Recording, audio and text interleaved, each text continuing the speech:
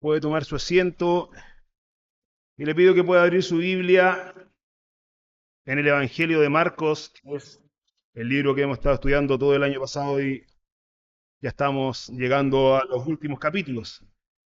Marcos en el capítulo 15.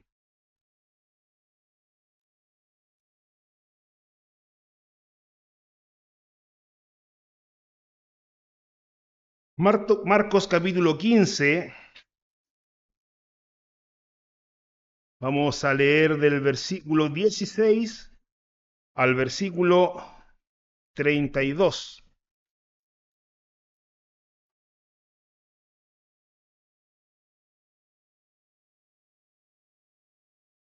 Marcos 15, 16 al 32.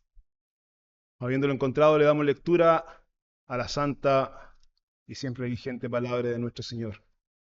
Amén. Entonces los soldados le llevaron dentro del atrio, esto es, al pretorio, y convocaron a toda la compañía, y le vistieron de púrpura, y poniéndole una corona tejida de espinas, comenzaron luego a saludarle: «Salve, Rey de los judíos», y le golpeaban en la cabeza con una caña y le escupían. Y puestos de rodillas, le hacían reverencia. Después de haberle escarnecido, le desnudaron la púrpura y le pusieron sus propios vestidos y le sacaron para crucificarle.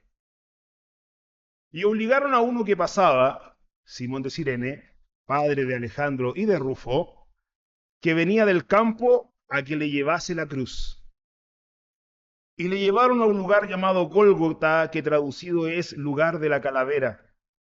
Y le dieron a beber vino mezclado con mirra, mas él no lo tomó. Cuando lo hubieron crucificado, repartieron entre sí sus vestidos, echando suertes sobre ellos, para ver qué se llevaría cada uno. Era la hora tercera cuando le crucificaron. Y el título escrito de su causa era: «El Rey de los Judíos». Crucificaron también con él a dos ladrones, uno a su derecha y el otro a su izquierda. Y se cumplió la escritura que dice: «Y fue contado con los inicuos». Y los que pasaban le injuriaban meneando la cabeza y diciendo: «Va, tú que derribas el templo de Dios y en 3 días lo reedificas, sálvate a ti mismo y desciende de la cruz».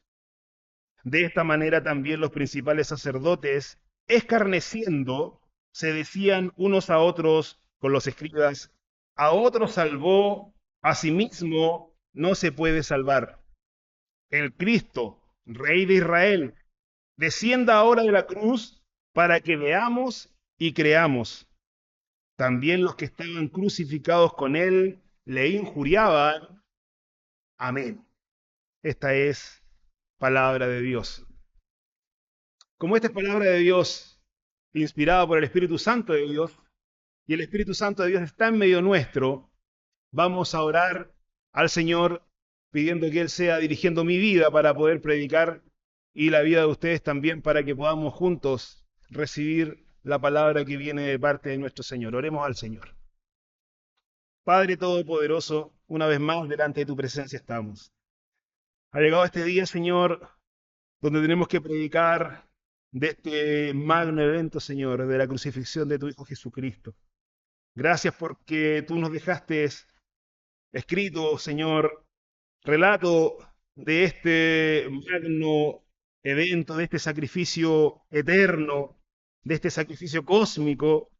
Y en el día de hoy, Señor, por tu gracia estaremos mirándolo y meditando en ello.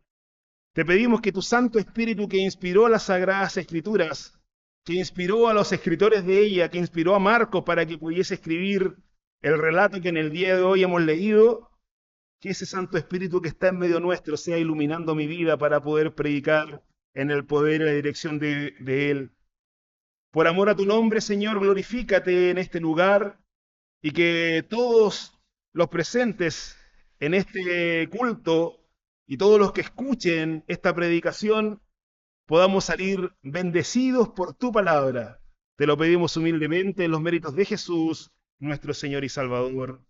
Amén.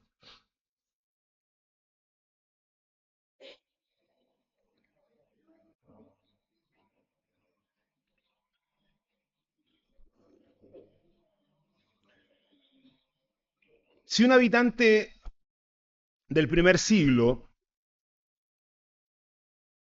del Imperio Romano entrara hoy en cualquier iglesia, cualquier capilla, se sorprendería de ver una cruz.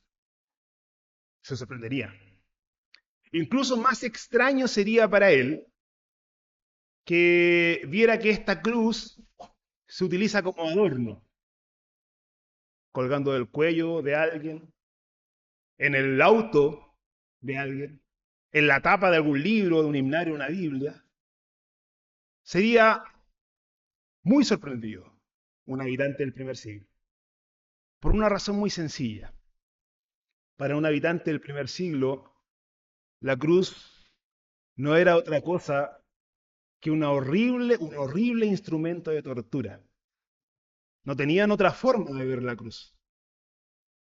Hoy día yo creo que nadie andaría colgando de su auto o tendría un crucifijo, perdón, un adorno de una silla eléctrica, ¿cierto?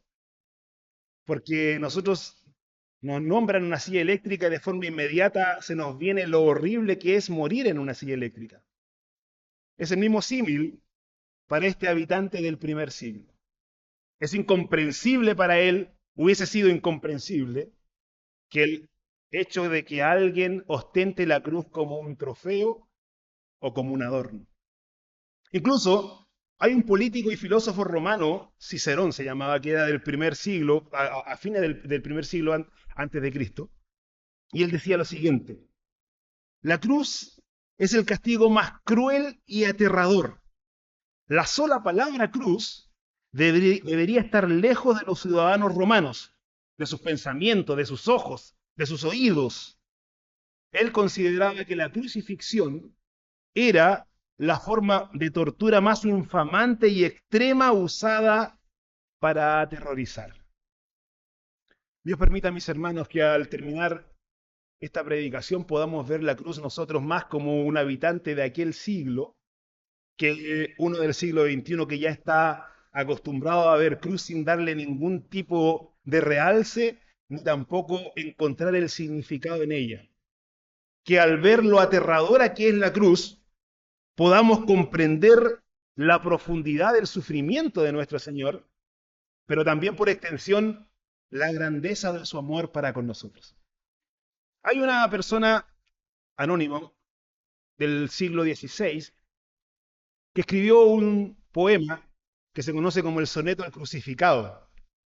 No hay duda que esta persona estuvo meditando en la grandeza de Cristo crucificado y en la iluminación del Señor salieron estas palabras que en esta mañana se los quiero leer. Se conoce como soneto al crucificado. No me mueve, mi Dios, para quererte el cielo que me tienes prometido, ni me mueve el infierno tan temido para dejar por eso de ofenderte. Tú me mueves, Señor. Muéveme el verte clavado en una cruz y escarnecido. Muéveme ver tu cuerpo tan herido. Muéveme tus afrentas y tu muerte. Muéveme, en fin, en gran manera tu amor, que aunque no hubiera cielo yo te amara, y aunque no hubiera infierno te temiera. No me tienes que dar para que yo te quiera.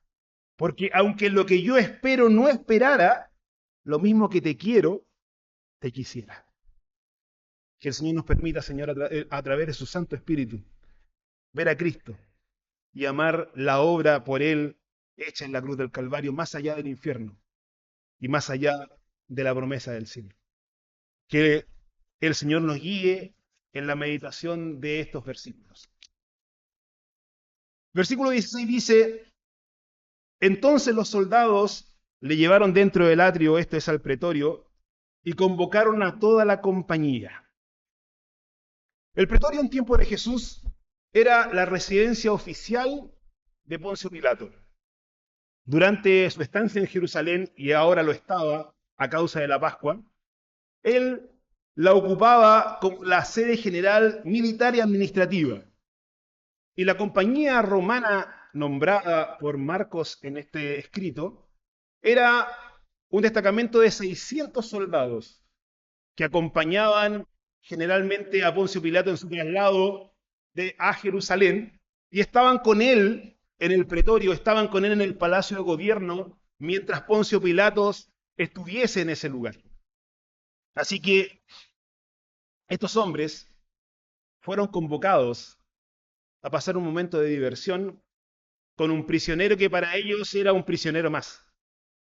Pero la diferencia de este prisionero que a ellos les causaba de alguna manera cierto grado de morbo es que este hombre no estaba siendo condenado por algo peligroso. Siempre que un prisionero iba a ser ejecutado, el ejército romano se encargaba de publicar muy bien por lo que iba a ser ejecutado. De tal manera que todo el pueblo lo conociese y de esta manera inculcaban temor en la población. Pero a ellos le había llegado el rumor de que este hombre que iba a ser ejecutado, que ellos tenían que preparar para la crucifixión, iba a ser ejecutado porque él decía que él era el rey, que era un rey. Por lo tanto, estos hombres sádicos dieron rienda suelta a todas sus bajas pasiones al momento de pasar un tiempo de diversión con este prisionero que nosotros sabemos es nuestro Señor. Los evangelistas no dan gran realce al momento en que los hombres eran azotados, en el momento en que Jesús fue azotado, por una razón muy sencilla. Ellos conocían de qué se trataban los azotes. Ellos conocían de qué se trataba el proceso de la crucifixión. De hecho, si usted lee Mateo, Juan o Marcos, todos dicen de manera muy simple y somera. Por ejemplo, Mateo dice, entonces le soltó a Barrabás y habiendo azotado a Jesús, le entregó para ser crucificado. Juan dice, así que entonces tomó Pilatos a Jesús y le azotó. Marcos, hermano presbítero Elías, el domingo pasado lo leía también, dice que Pilatos entregó a Jesús después de azotarle para que fuese crucificado. Los evangelistas no necesitaban mayor detalle para entregarle al habitante también del primer siglo al momento de decir este hombre va a ser azotado, porque con el solo hecho de nombrar que iba a ser azotado, sabía de qué se trataba ese tipo de azote. ¿Alguna descripción nos dio el hermano Elías el domingo pasado? El ritual romano de la ejecución estaba establecido. El juez decía, la sentencia es que este hombre sea conducido a la cruz. Entonces se volvía a la guardia y le decía al soldado, ve, soldado, y prepara la cruz.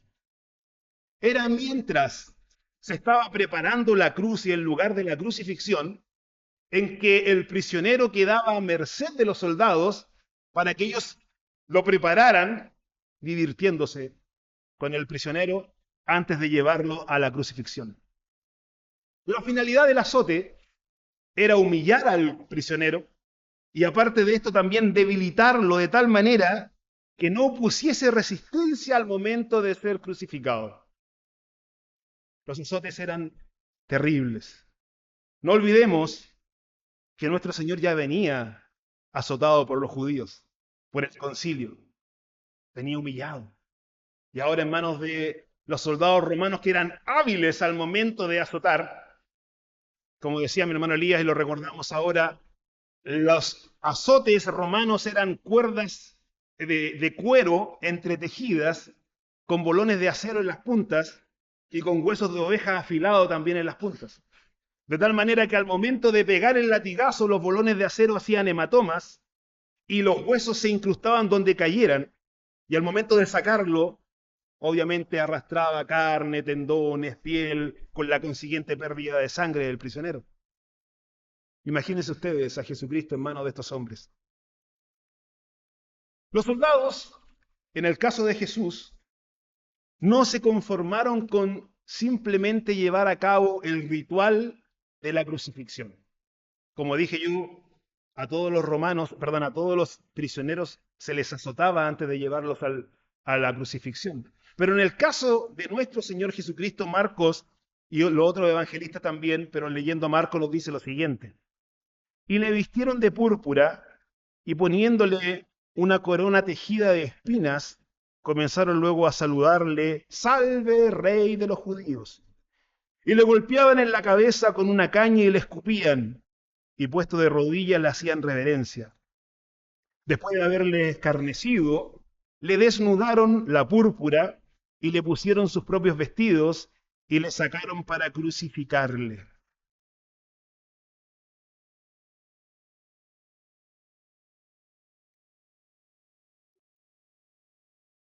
Si estuviésemos viviendo nosotros ese momento, mis hermanos, y quiero que por favor viajen conmigo hasta ese momento. Si fuésemos nosotros espectadores de lo que están haciendo con nuestro Señor, conociendo quién era nuestro Señor, conociendo el bien que le había hecho a la humanidad, el bien que le había hecho a todos los que le conocían, el testimonio santo que tenía de todo aquel que había visto su caminar en estos 3 años de ministerio público. Y si estuviésemos nosotros presenciando lo que estaba pasando con él, muy seguramente nuestro pensamiento era que Jesús estaba completamente a merced de Satanás y sus huestes malignas. Muy seguramente también hubiésemos pensado que el Padre al que él honraba y predicaba se había olvidado de él. Y muy seguramente también hubiésemos reaccionado igual que todos los discípulos. Muchas veces nosotros miramos de reojo la reacción de los discípulos, cómo pudieron negar al Maestro. De todos los discípulos, el más valiente fue Pedro, que se acercó hasta el lugar de la crucifixión, al lugar de los azotes, hasta el lugar de los azotes. Pero a pesar de todo, el temor lo llevó a negarlo. Muy seguramente hubiésemos sido de aquellos que negaron al Maestro también, al ver lo que estaban haciendo con él. Fue terrible ese momento. Pero yo pienso, y yo creo que usted me acompaña en este pensamiento, qué hermoso es estar a este lado de la cruz. Qué hermoso estar en este lugar, mirar a la cruz, mirar lo que pasó y entenderlo todo porque tenemos su palabra para entenderlo todo. Qué hermoso es saber que Dios siempre tiene el control. Qué hermoso es saber que nada escapa de su dominio. Incluso en los momentos más oscuros, Dios está en el control. Hay un salmo que dice que Él preside en el diluvio. En el momento más oscuro, en la prueba más grande que ha sufrido el mundo, Dios presidía. Cuando Marta y María lloraban por su hermano muerto, Jesús llegó. Cuando él ya estaba enterrado, hace 4 días, estaba de alguna manera en descomposición, y ya le dijeron. Y le dijo a una de sus hermanas, si hubieses estado aquí, mi hermano no hubiese muerto. Pero Jesús no llegó tarde. Llegó en el momento preciso para que pudiésemos hasta el día de hoy meditar en la gloria de Dios y que Él tiene el control de todo. Pedro, cuando comprendió esto, al otro lado de la cruz, ese Pedro timorato que había estado una semana antes escondiéndose y negándolo, al otro lado de la cruz se paró delante de toda una gran multitud y no tuvo ningún problema en decir con poder del Espíritu Santo, varones israelitas, oíd estas palabras, Jesús Nazareno, varón aprobado por Dios entre vosotros con las maravillas, prodigios y señales que Dios hizo entre vosotros por medio de él, como vosotros mismos sabéis, a este, entregado por el determinado consejo y anticipado conocimiento de Dios, prendisteis y matasteis por manos de inicuos, crucificándole. Pedro, a este lado de la cruz, lo había comprendido todo al igual que nosotros. A este lado de la cruz, nosotros podemos ver una profecía escrita 740 años antes de la crucifixión y sabemos que habla perfectamente de nuestro Señor y gran Salvador. Isaías capítulo 53, despreciado y desechado entre los hombres, varón de dolores, experimentado en quebranto y como que escondimos de él el rostro. fue menospreciado y no lo estimamos. Ciertamente llevó él nuestras enfermedades y sufrió nuestros dolores, y nosotros le tuvimos por azotado, por herido de Dios y abatido.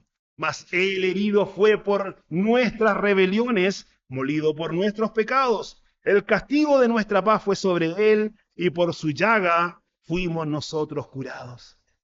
Qué maravilloso es saber que Dios tiene el control. Qué maravilloso es saber que cuando Isaías escribía esto 740 años antes, el Espíritu Santo de Dios ya pensaba en el sustituto para el mundo, en el Cordero perfecto. Cuando Juan dijo, he aquí el Cordero de Dios que quita el pecado del mundo, Isaías lo había profetizado 740 años antes en el poder del Santo Espíritu de Dios. Qué maravilloso es saber entonces que servimos a un Dios que tiene todo bajo su dominio. Pero Jesucristo estaba ahí sufriendo el ensañamiento porque era necesario que así fuera. El ensañamiento con nuestro Señor fue tal que además de los azotes, vinieron las mofas, las burlas, vistiéndolos con ropa que emulaban ropas reales, entretejiendo, escuche bien esto, entretejiendo una corona de espina que al momento de incrustarla en su sien, producía el sangrado lógico de estas partes donde más sangre se bota, espinas que fueron el resultado de la maldición de la tierra por causa de Adán. Jesús llevó como corona la maldición que usted tenía que llevar y que yo tenía que llevar. Es bendito el nombre de nuestro Señor. Le pusieron una caña en su mano, emulando también un cetro real. Con esa misma caña le dieron duros golpes en su cabeza, reverencias mentirosas, burlescas, humillantes, acompañadas de los escupitajos de 600 hombres que hacían fila para denostar, para humillar a nuestro Señor. Y dice la Escritura que Él, como un cordero, no abrió su boca. ¿Puede imaginarse a Jesucristo en ese lugar? ¿Puede verlo callado, varonilmente, sufriendo por usted y por mí? Es bendito el nombre de nuestro Señor. Y todo esto lo hicieron los soldados romanos hasta que se cansaron de la diversión y llevaron a nuestro Señor a la crucifixión. Marcos nos dice también en el relato, y obligaron a uno que pasaba, Simón de Cirene, padre de Alejandro y de Rufo, que venía del campo, a que le llevase la cruz, y le llevaron a un lugar llamado Gólgota, que traducido es el lugar de la calavera.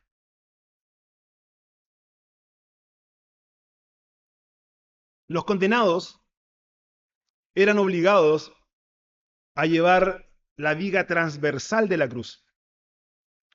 La viga transversal era obligación que el condenado lo llevara desde el lugar de la condena hasta el lugar de la ejecución de la condena, este es en el Gólgota. La viga transversal pesaba aproximadamente entre 50 y 60 kilos. Y los condenados no iban por el lugar más corto. El ejército romano, el gobierno romano, le interesaba que los condenados pasaran por la mayor cantidad de calles en el lugar, de tal manera que toda la población pudiese observar a este condenado y tomar nota de lo que era capaz el ejército romano con todos los que se levantaban contra el imperio. Jesucristo tenía que llevar por todas esas calles largas y polvorientas, cargando la viga donde iba a ser crucificado. Ahora, pensemos en Jesús. Tomó su cruz después de una noche miserable, con poco sueño o nada de sueño, siendo completamente burlado por su pueblo, abandonado por sus amigos, brutalmente azotado. No hay duda y no es de extrañar que los soldados debieron reclutar a alguien para que le ayudase a cargar la cruz. Es por eso que, como ellos tenían el poder y la autoridad para decirle a cualquiera que ayudase al condenado, tomaron a uno que estaba mirando ahí, que se encontró seguramente como muchos observando el espectáculo, y le dijeron, tú ayuda a este hombre a llevar la cruz. Marcos nos dice que este hombre se llamaba Simón y nos dice que era de Cirene, que queda al norte de África. Y también Marcos nos da un detalle que es importante. Dice que este hombre, Simón de Cirene, era padre de Alejandro y de Rufo. Simón muy seguramente llevaba mucho tiempo, a lo mejor pensemos en esto, juntando dinero, juntando ganas, con el deseo de poder pasar una Pascua en Jerusalén. Era un deseo de todo judío que vivía lejos, estar en la ciudad santa, una Pascua, para poder comer una Pascua ahí. Y no hay duda que Simón llevaba mucho tiempo preparando esto. Se encuentra de repente con este espectáculo y sin querer se ve involucrado en esto. Pongámonos en las sandalias de Simón. No hay duda que tiene que haber sentido un odio terrible hacia los soldados romanos porque no les podía decir que no. Y muy seguramente también un rechazo completo hacia aquel condenado con el cual lo estaban involucrando. ¿Qué tenía que ver él con ese condenado? Nadie quería verse involucrado con un condenado. Pero como no pudo decir que no, empezó a cargar la cruz. Posiblemente en el camino iba pensando, voy a llegar al Gólgota, voy a lanzar en la viga y me voy a mandar cambiar. ¿Qué tengo que ver yo en este espectáculo? Pero algo tiene que haber pasado con Simón en el camino, que empezó a mirar a ese hombre de una manera distinta. Algo tiene que haber pasado con Simón en el camino, que Jesús empezó a cambiar su forma de pensar. El único que nos da alguna idea de lo que sucedió entre el camino del momento que salió Jesús de la ciudad para ir afuera de la ciudad al Gólgota es Lucas. Y el evangelista nos dice lo siguiente: y llevándole, tomaron a cierto Simón de Cirene que venía del campo y le pusieron encima la cruz para que le llevase tras Jesús. Y le seguía gran multitud del pueblo y de mujeres que lloraban y hacían lamentación por él. Pero Jesús, vuelto hacia ella, les dijo: por hijas de Jerusalén, no lloréis por mí, sino llorad por vosotras mismas y por vuestros hijos. Porque aquí vendrán días en que dirán: bienaventuradas las estériles y los vientres que no concibieron y los pechos que no criaron. Entonces comenzarán a decir a los montes: caed sobre nosotros, y a los collados cubrirnos, porque si en el árbol verde hacen estas cosas, en el seco, ¿qué no se hará? ¿Por qué yo digo y pienso, conforme a la lectura y el estudio, algunos estudios que leí, respecto a que Simón tuvo un cambio ahí en el Gólgota? Porque los historiadores coinciden en esto, que este evangelio, el evangelio de Marcos, fue escrito para creyentes en Roma. Originalmente el evangelio de Marcos fue escrito para creyentes en Roma. Y cuando Marcos dice con tanta propiedad que Simón de Cirene es padre de Alejandro y de Rufo, es como que quiere decir: padre de Alejandro, vayan y pregúntenle a Alejandro o pregúntenle a Rufo. Pero ahora, si nos vamos a la carta que Pablo le escribió a los romanos y vemos el capítulo 16, versículo 13, vamos a leer lo siguiente: saludad a Rufo, escogido en el Señor, y a su madre y mía. Rufo, un cristiano apreciado por Pablo. Y la madre de Rufo, una cristiana que Pablo consideraba su propia madre. Todos los historiadores coinciden en que este Rufo, de la iglesia en Roma, era el hijo de Simón de Cirene. Y yo creo que no hay coincidencias en el Señor. Algo tiene que haber pasado con Simón en el Gólgota. Algo tiene que haber hecho cambiar a Simón en el Gólgota de tal manera que la misericordia de Dios no solamente se cayó sobre él, sino cayó sobre su familia también. Porque Dios es el Dios de pacto. Es el Dios de Abraham, de Isaac y de Jacob. Dios es el Dios de mis padres, de mi persona y también de mis hijos y de mis nietos. Así lo creo y así lo debe creer la iglesia también. Porque Dios no es hombre para que mienta ni hijo de hombre para que se arrepienta. Bendito sea el Señor por esto. Si seguimos en la lectura de los versículos que hemos leído, versículos 23 y 24 dice, y le dieron a beber vino mezclado con mirra, mas él no lo tomó. Cuando le hubieron crucificado, repartieron entre sí sus vestidos, echando suerte sobre ellos para ver qué se llevaría cada uno. Versículo 23 y 24 de la lectura del día de hoy. En el camino al Gólgota, un lugar específico, como yo les decía, a las afueras de la ciudad, a las afueras de los muros, en el camino, mujeres piadosas, mujeres respetadas de Jerusalén, llevaban una bebida narcótica para todos los condenados.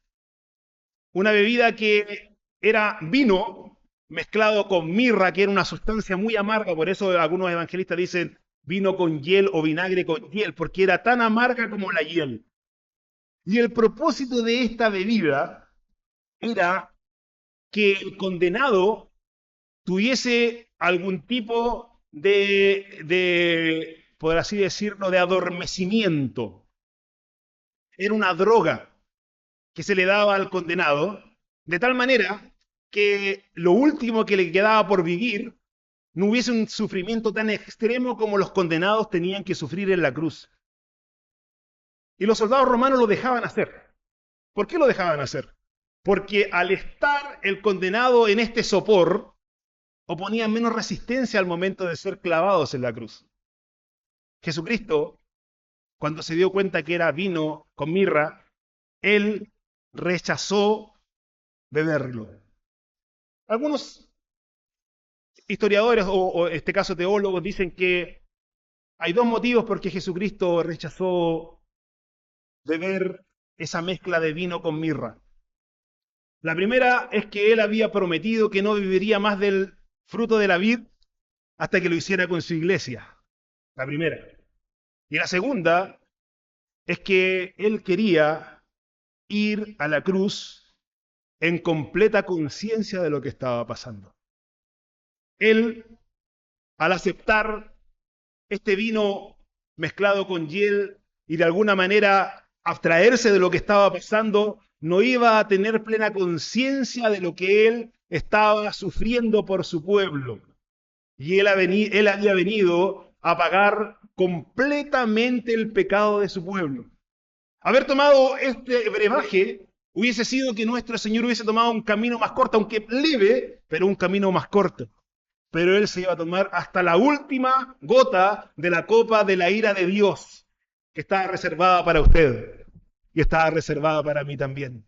En completa valentía y dominio propio, él dijo, no, yo voy a la cruz tal y cual estaba preparado desde antes de la fundación del mundo. El autor de la carta a los hebreos lo dice de esta manera. Puesto los ojos en Jesús, el autor y consumador de la fe, el cual por el gozo puesto delante de él, sufrió la cruz, menospreciando el oprobio, y se sentó a la diestra del trono de Dios. Es bendito el nombre de nuestro Señor. Qué hermoso es recordar este magno sacrificio que lo hizo por puro amor por usted y por mí. Él ahora va camino a la crucifixión. Él se tiene que enfrentar con uno de los sufrimientos más terribles que los hombres hayan sufrido en ese tiempo, porque si había algo que los romanos sabían hacer bien, era torturar. Ellos eran hábiles al momento de infligir sufrimiento en los condenados.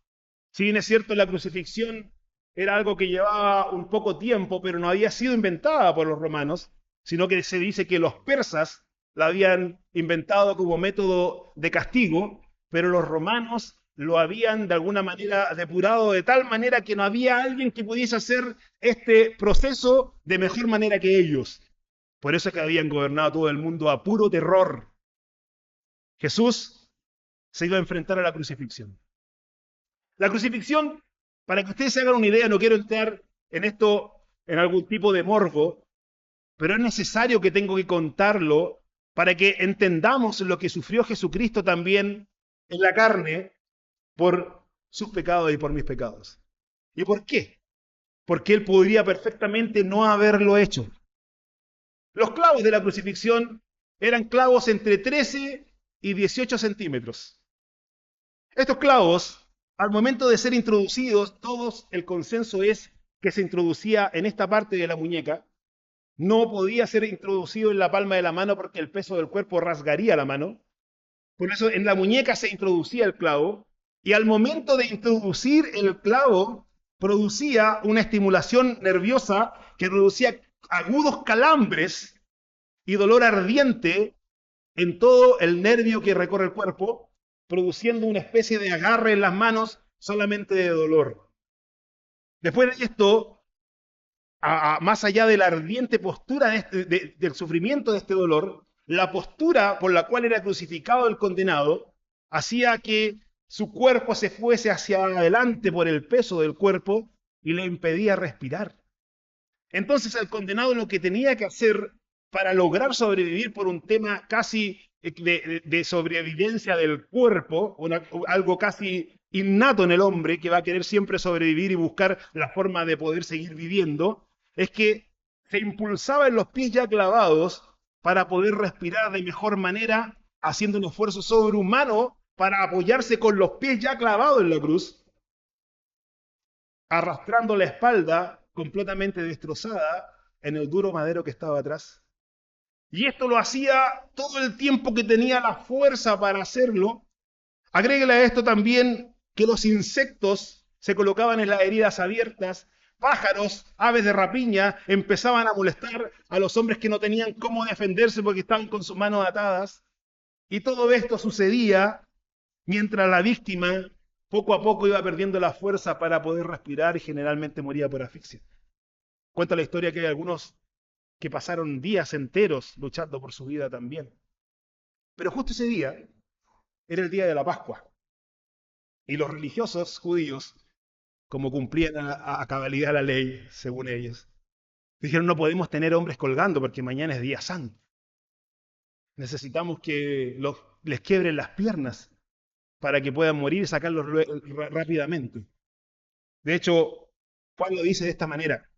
Entonces los judíos, por cuanto era la preparación de la Pascua a fin de que los cuerpos no quedasen en la cruz en el día de reposo, pues aquel día de reposo era de gran solemnidad, pone Juan entre paréntesis, rogaron a Pilato que se le quebrasen las piernas y fuesen quitados de allí. Vinieron pues los soldados y quebraron las piernas al primero y asimismo al otro que había sido crucificado con él. Mas cuando llegaron a Jesús, como le vieron ya muerto, no le quebraron las piernas. Y con esto se está cumpliendo la profecía del Salmo 34 que dice, Él guarda todos sus huesos, ni uno de ellos será quebrantado. ¿Coincidencia nuevamente? El Señor cumpliendo a cabalidad su palabra en su Hijo. Jesús voluntariamente entregó su espíritu antes que sucediese esto. Ahora, volvamos a la crucifixión en un momento que Jesús estaba siendo crucificado. Dice el relato que los soldados repartieron sus vestidos. Nunca supieron los soldados que también estaban cumpliendo de manera exacta otra profecía escrita 1000 años antes de Cristo. Hermanos, jóvenes, niños que están en edad de entender las cosas. 1000 años antes, una profecía escrita de manera perfecta se cumple en la persona de nuestro Señor Jesucristo. Esta profecía dice, Salmo 22, 16, 19, porque perros me han rodeado, me ha cercado cuadrillas de malignos, horadaron mis manos y mis pies, contar puedo todos mis huesos. Entre tanto ellos me miran y me observan, repartieron entre sí mis vestidos y sobre mi ropa echaron suerte. Mas tú, Jehová, no te alejes, fortaleza mía, apresúrate a socorrerme. Qué perfecta es la palabra del Señor. Qué exacta es la palabra del Señor. Todo lo que estaba escrito sobre nuestro Señor se ha cumplido a cabalidad. O podríamos decir que casi todo, porque hay algo que todavía no se ha cumplido. Está escrito que Él volverá. Y yo creo que Él va a volver. Si todas las profecías sobre él se cumplieron, la profecía que dice que él volverá por un pueblo santo se cumplirá un día. Y que bendito será ese día para su iglesia. Gloria a Dios por ello. Era la hora tercera cuando le crucificaron. Y el título escrito de su causa era El Rey de los Judíos. Según la forma de medir la hora tercera era las 9 de la mañana. A las 9 de la mañana nuestro Señor fue colgado del madero, y si seguimos leyendo Marcos en el versículo 34, vamos a ver que a la hora novena, es decir, 6 horas después, él seguía crucificado. Y seguía crucificado en ese madero que según Deuteronomio capítulo 21, versículo 23, lo señalaba como un maldito. Era la costumbre romana que sobre todos los crucificados se colocaba una leyenda donde decía el nombre del crucificado y el delito por el cual era crucificado. En el caso de nuestro Señor, pusieron Jesús, el Rey de los Judíos. Ahora, irónicamente, aquello por lo que nuestro Señor fue condenado no era un delito, sino que era la verdad absoluta. Él no solo es el Rey de los judíos, Él es el Rey del universo y de todos sus habitantes. Él es el Rey de reyes y Señor de señores. Así como este título, el Rey de los judíos, fue escrito en 3 idiomas, arameo, griego y latín, Jesús también es reconocido por toda persona de todo pueblo, tribu, pueblo, lengua y nación como su único y personal Salvador. Él es el perfecto Redentor que llevó nuestros pecados de todos aquellos que confían en Él para salvación. Versículo 27 y 28 dice: crucificaron también con él a 2 ladrones, uno a su derecha y el otro a su izquierda, y se cumplió la escritura que dice: y fue contado con los inicuos. Versículos 27 y 28.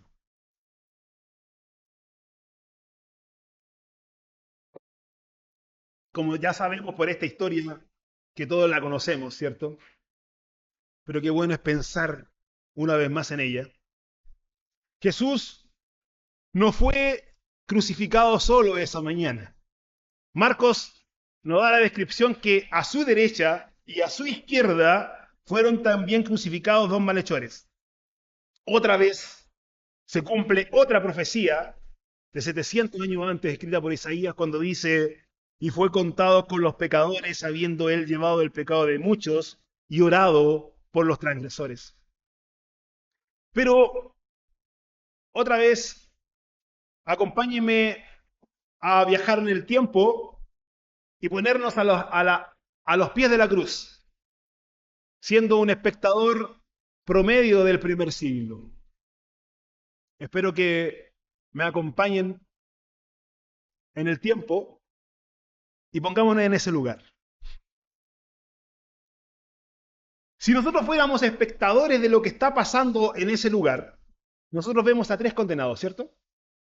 A 3 hombres que están sufriendo, de acuerdo a nuestra perspectiva de esa época, pagando por delitos que cometieron. Yo veo a los 3, pero veo que hay uno que está más golpeado que los otros. Si bien es cierto, a todos los golpeaban y los azotaban, como dicen, pero los evangelios nos dan indicios que se ensañaron con los otros 2 como se ensañaron con Jesús. Jesús ya venía previamente golpeado por los judíos, por el concilio. Y a lo mejor nuestra vista se fijaría en ese hombre del medio que es el más golpeado, y hay algo que me llama la atención al momento de estar mirándolo. ¿Por qué ese hombre tiene una corona de cruz, de espinas, perdón? ¿Por qué los otros 2 no? ¿Por qué el más golpeado, aparte de ser el más golpeado, también tiene una corona? Nuestro pensamiento hubiese sido, yo creo, que el de todos. Ese es el más peligroso de todos. No hay duda que ese es el más terrible pecador de todos. Pero Jesús nunca había cometido pecado. Pero a pesar de eso, nuestra visión o nuestra nuestro comentario no hubiese sido lejos de la realidad. Porque efectivamente en ese momento Jesús cargaba con los pecados de toda la humanidad. Por lo tanto, efectivamente, el que más cargaba pecado en ese momento era Jesús, porque Él murió como el más peligroso, como el más vil de los pecadores, porque cargaba el pecado de todo su pueblo. Él cargaba el pecado de un ateo, de un hereje, de un supersticioso, lo cargaba Él. Él cargaba el pecado de un blasfemo, de un idólatra, lo cargaba Jesús. El pecado de aquel que toma el nombre del Señor en vano, lo cargaba Jesús. El pecado del que deshonra el día santo del Señor, lo cargaba Jesús. El pecado de aquellos que no honran, faltándoles el respeto, abandonando a sus padres, lo cargaba Jesús. El pecado de aquellos que cometen asesinato, aborto, eutanasia, suicidio, odio, venganza, peleas, rencores, los cargaba Jesús. El pecado de los adúlteros, fornicarios, de los que tienen pensamientos impuros, los cargaba Jesús. El pecado de los ladrones, estafadores, de los que no usan balanza ni pesa justa, los cargaba Jesús. El pecado de los mentirosos, de los calumniadores, de los que difaman, de los que dan falso testimonio, de los que emiten juicios temerarios, los que revelan secretos sin causa, los cargaba Jesús. El pecado de los envidiosos, de los avaros, de los deseos excesivos de riqueza, los codiciosos, los cargaba Jesús. Mis hermanos, no hay pecado que Jesús no cargara en la cruz del Calvario. Jesús cargaba sus pecados. Jesús cargaba mis pecados. Él estaba exhibido como el más vil de los pecadores porque Él cargaba sus pecados en la cruz del Calvario. Cargaba mis pecados en la cruz del Calvario. Y los que pasaban le injuriaban meneando la cabeza y diciendo: va, tú que derribas el templo de Dios y en 3 días lo reedificas, sálvate a ti mismo y desciende de la cruz. De esta manera también los principales sacerdotes, escarneciendo, se decían unos a otros con los escribas: a otros salvó, a sí mismo no se puede salvar. El Cristo, Rey de Israel, desciende ahora de la cruz para que veamos y creamos. También los que estaban crucificados con él le injuriaban. Los gobernantes judíos estaban al pie de la cruz. Los gobernantes judíos miraban satisfechos y seguros de sí mismos porque habían cumplido su propósito. Y a pesar, según ellos, habían cumplido su propósito. Y a pesar de todo esto, ellos injuriaban, insultaban y blasfemaban. Mientras Jesús era crucificado por una supuesta blasfemia, aquellos que lo condenaron estaban allí blasfemando. Y dirigidos por su padre, el diablo, como Jesús en algún momento los confrontó, le dijeron: baja de la cruz.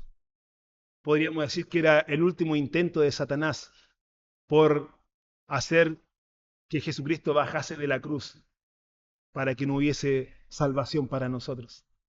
Ahora, la consulta: ¿Jesús hubiese podido salvarse a sí mismo en ese momento? Yo creo que sí, ¿cierto? Tenía todo el poder para hacerlo. De hecho, en el arresto en Mateo, dice que Jesús dijo que él podía orar a su Padre y enviaría a 12 legiones de ángeles en su ayuda. Si sacamos la cuenta, 72.000 ángeles arrasando con la humanidad si hubiese sido posible. Pero lo que mantuvo sujeto a Jesús a la cruz no fueron los clavos, no fueron los gobernantes judíos, ni siquiera fueron los sanguinarios soldados romanos. Lo que mantuvo sujeto a la cruz a nuestro Señor Jesucristo fue su amor por usted y fue su amor por mí. El general Booth dijo hace tiempo: es precisamente porque Jesús no bajó de la cruz por lo que nosotros creemos en él. La muerte de Jesús era absolutamente necesaria y por la razón siguiente: Jesús había venido a comunicarle a la humanidad el gran amor de Dios para con nosotros. Y eso es lo que estaba haciendo colgado de la cruz del Calvario. Pero ¿por qué tanto sufrimiento, podríamos decir? Spurgeon, el gran predicador, también se lo preguntó. Y él respondió de esta manera: porque este sufrimiento, hasta lo máximo, era necesario para completar la expiación, la cual salva a todos, y porque este sufrimiento hasta lo máximo era necesario para perfeccionar su carácter como un sumo sacerdote misericordioso, el cual tiene para dar compasión a las almas que han atravesado por las peores miserias, para que él pueda saber cómo socorrer a aquellos que son tentados. Mis hermanos, no estamos solos en este caminar. No estamos solos en nuestras pruebas. No estamos solos en nuestras debilidades. Jesucristo está con nosotros. El autor de Hebreo lo decía de mejor manera al decir, y Cristo en los días de su carne, ofreciendo ruegos y lágrimas, con gran clamor y súplica a aquel que le podía librar de la muerte, fue oído a causa de su temor reverente. Y aunque era hijo, por lo que padeció, aprendió la obediencia. Y habiendo sido perfeccionado, vino a ser autor de eterna salvación para todos los que le obedecen, y fue declarado por Dios sumo sacerdote según el orden de Melquisedec. Por último, piensa en esto, mi hermano. No fueron los pecados de Jesús que lo llevaron a la cruz. Jesús no tenía pecado, pero Él fue a la cruz por un propósito, por tu pecado y por mi pecado. Como bien nos decía el presbítero Elías el domingo pasado, todos somos Barrabás. Él tomó el lugar que nos correspondía a nosotros, mis hermanos. Cuando veas a Jesús clavado en la cruz, medita esto, yo debía estar ahí. Él está pagando por mí. Horatio Bonner, que es un pastor presbiteriano escocés de ya en 1800, escribió un himno maravilloso que dice lo siguiente. Fui yo quien derramó la sagrada sangre. Yo lo clavé en el madero. Yo crucifiqué al Cristo de Dios. Yo me uní a las burlas. De toda esa multitud vociferante siento que yo soy uno de ellos. Y en ese estruendo de groseras voces reconozco la mía propia. Alrededor de la cruz veo el tropel burlándose de los gemidos del sufriente, mas todavía parece ser mi propia voz, como si yo solo me burlase. Es bueno meditar en esto, para ya ir terminando. Y precisamente en estos días, mis hermanos, donde el pecado ya casi no se le llama pecado. Lo que era pecado hace 20 años atrás, hoy por hoy es aceptado en la sociedad como si nada. Donde incluso nosotros mismos damos lugar a pecados regalones que no nos parecen tan ofensivos y los acariciamos. Yo les quiero pedir que Dios determinó, que piensen esto, Dios determinó antes de la fundación del mundo que la única salida, la única forma que el hombre fuese reconciliado con Él era que Jesús, el Hijo de Dios, la segunda persona de la Trinidad, fuese colgado en un madero, en una horrible agonía, mis hermanos, física, mental, espiritual, pero por sobre todo, rechazado completamente por su pueblo y apartado del Padre, para que usted y yo no tuviésemos que ser hecho maldición, no tuviésemos que recibir el castigo que merecemos, porque Él se hizo maldición por nosotros, colgando en la cruz. El precio pagado por nuestro pecado es un precio eterno, es un sacrificio cósmico. El Rey de Reyes y Señor de Señores, porque Él quiso, murió por sus súbditos, que son culpables. Mediten esto siempre, mis hermanos. Colosenses capítulo 2, versículo 14, Pablo lo dice así. Habiendo cancelado el documento de deuda que consistía en decretos contra nosotros y que nos era adverso, y lo ha quitado de en medio clavándolo en la cruz. Solo el plan perfecto de nuestro Señor pudo tomar un instrumento tan horrible, tan terrible, tan temido como una cruz y transformarlo en una hermosa muestra de redención. Es por eso que cuando el pecado te asedia a ti que has nacido de nuevo, porque el pecado te va a seguir asediando, el pecado nos va a seguir asediando, no hay duda de eso. Mientras estemos en este camino de santificación, todos los días tenemos que luchar contra el pecado. Pero cuando sientas que estás claudicando, cuando sientas que ya no tienes fuerza, mira la cruz. Mira a Cristo crucificado muriendo por ti. Y te dará fuerza para seguir adelante. piensa en el crucificado muriendo por ti. Yo pienso en el crucificado muriendo por mí. Y podremos seguir adelante.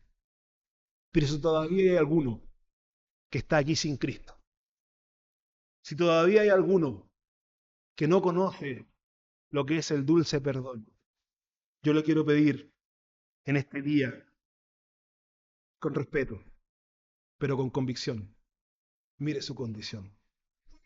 Su condición lo lleva al infierno. Su condición, no hay para usted salvación fuera de Cristo.